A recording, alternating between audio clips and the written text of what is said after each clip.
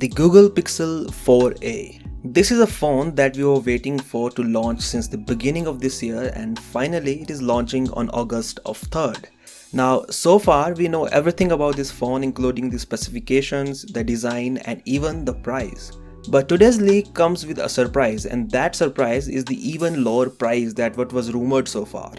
And that's not it. Now we have the full and final specifications of the Google Pixel 4a as well. So in this video, let us talk about all of them. Talking about the specifications first, we already knew that the Google Pixel 4a has a 5.81-inch display with a hole punch cutout.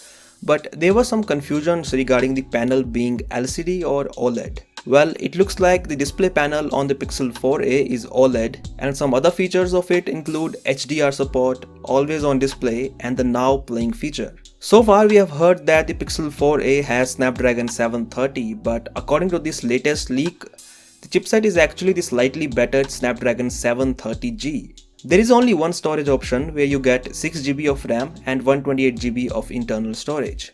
The main USP of the Pixel devices is the camera, and the Pixel 4a is not going to disappoint at all. The Pixel 3a had the same rear camera as the Pixel 3, and similarly the Pixel 4a has the same rear camera as the primary camera on the Pixel 4. So there is a 12.2 megapixel camera on the Pixel 4a with f1.7 aperture, optical image stabilization, and dual pixel face detection autofocus. On the front, there is an 8 megapixel camera for selfies. Now the rear camera is capable of 4K video recording at 30 frames per second. The Google Pixel 4a has a 3140 mAh battery, 18 watt fast charging, and dual speakers.